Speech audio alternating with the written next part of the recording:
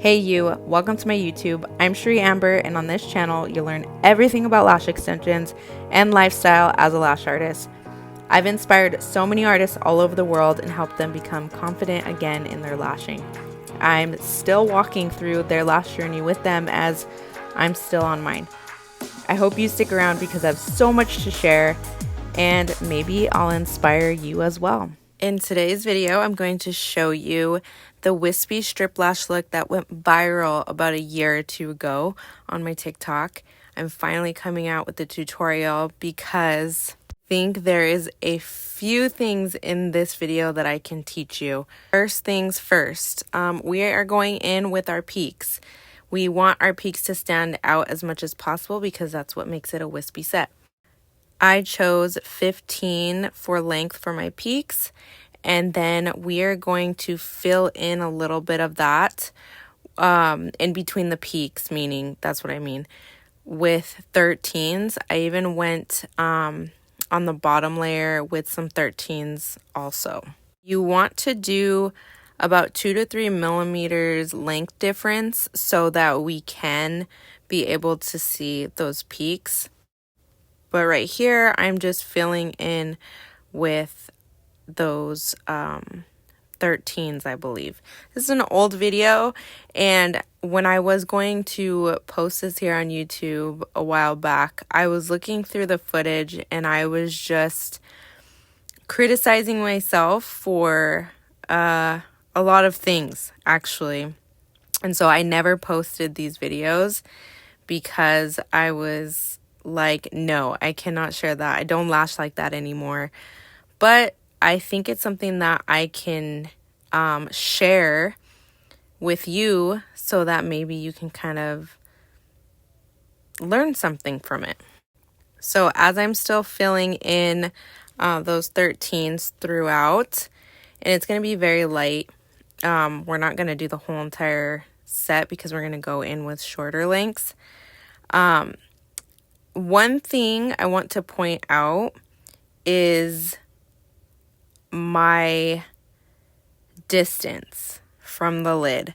I was very fearful back then of giving an allergic reaction or causing irritation to the skin, that I was very inconsistent with my distance. So that's one thing that I would change, and if I recreated this set, I would totally be more consistent with my distance.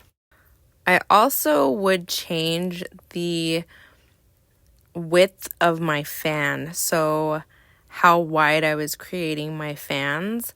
I would have today I probably would do more consistent narrow fans. And I noticed when I watch my older videos, the bases of my fans, like this one's a decent one, but the base of some of the fans have extensions coming out of them. I think I have another clip here where I can show you, but like this one. So we don't want to place that because if you place that and push down towards the lid, that extra little extension at the base is going to be stabbing the client's lid, and we don't want that. This fan, however, I would totally not. She kind of cute, but not really. But yeah, like I'm still filling in here, by the way, with the same lengths. I'm just doing the bottom layers. Now this placement, I'm not exactly mad at. She kind of cute, but she kind of did what she did to me, did me a little dirty. But whenever that happens to me, when I go and place an extension, you always want to make sure that it's still firmly attached. So that's why I push up against the natural lash, even if it's turning away from me and it's not drying quick enough. So that's what you see me doing there. Now I believe I'm going in with the shorter lengths to fill in, to give that dimension and the depth of the set. because our clients always want that wispy, dark, depthy, lengthy, short, dark set, you know, the confusing things. Now this extension is what I was talking about. We do not want to place an extension like this. Okay, so just get rid of it and redo it. And then the next fan that I go ahead and place, today I would not apply this fan. I guess I was just trying to get this set done. I remember me and my sister were doing this pretty late at night and I was tired. But yeah, I probably wouldn't apply this type of fan. If you look at the base, she ain't right. She ain't thin. She ain't snatched. We can't have that. Now we talk about how extensions don't stick to dirty lashes. Now obviously my sister's lashes are clean, but lash extensions don't stick to any film on top of the natural lash. So for example, like I'm fighting to get this extension to do what I want, and then I lift off and there's glue residue at the base. We don't want to apply anything to it because it's not going to stay. So I go ahead and try to reapply an extension onto this lash with a film of adhesive on it, and you can already tell it's fighting, it's fussing, there's more film of adhesive, and it's just not going to stay. So take it from me. If this happens, you can always get a little bit of remover and you can remove it, or you can pinch it off.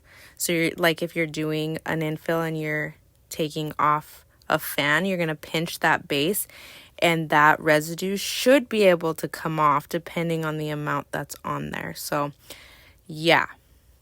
So like I said, we're filling in now. Like we're filling in the shorter lengths to create dimension against the longer lengths.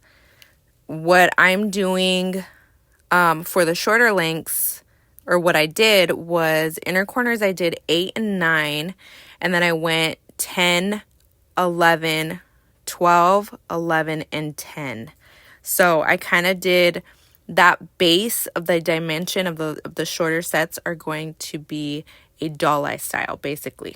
Make it not confusing, I'll leave the mapping in the description below. But most of you probably have seen this little trick. I remember when I posted it on TikTok for the first time, everybody was like shook. But for those of you who don't know this trick, my sister was tearing up. So I grabbed an adhesive wipe and I soaked up all the tears, and then I taped it I placed it underneath the microfoam tape. Microfoam tape is pretty strong, so it holds it pretty well. And I let it sit there so it can soak up all the tears if she had any left over. So you can see what the set is looking like now. I'm totally down to recreate this. Let me know down below, comment down below if you think I should recreate this set today. But now we're doing the side tape technique on her so I can pull those inner corner lashes out in front of me instead of the way they naturally lay. I want to pull them right in front of me so they're easier to lash. And I do a pretty nice stretch here. We want to be able to manipulate the lid as much as possible. And this is what it looks like, finished look from the top. Like I said a billion gajillion times already in this video, I would do so many things differently today with this mapping. If you can see already on her lid, you can see the inconsistent distance from the lid, and I would totally be more consistent with that. My fans would be different. My peaks, I would probably use 0.07s instead of 0.03s, but this is the finished look. Everybody was obsessed with it. Let me know if you're obsessed. Comment down below. And yeah, this is what it was. I even did it on another client, and I can tell you in this next clip, this is a client of mine. She definitely called me back a couple days later and let me know that all of her extensions were falling off, and if I would have known what I know now back then, I would have known exactly how to fix it. And they would have never fallen off, but they were beautiful after I was done. All that hard work fell off, but that's okay. You lash and you learn, right? So thank you guys so much for being here. Thank you so much for watching. If you made it to the end, I love you. Thank you so much. Comment down below what you want to see next. And like, share, and subscribe. Stay tuned for the next videos. I love you guys, and I hope you have the best day ever. Mwah.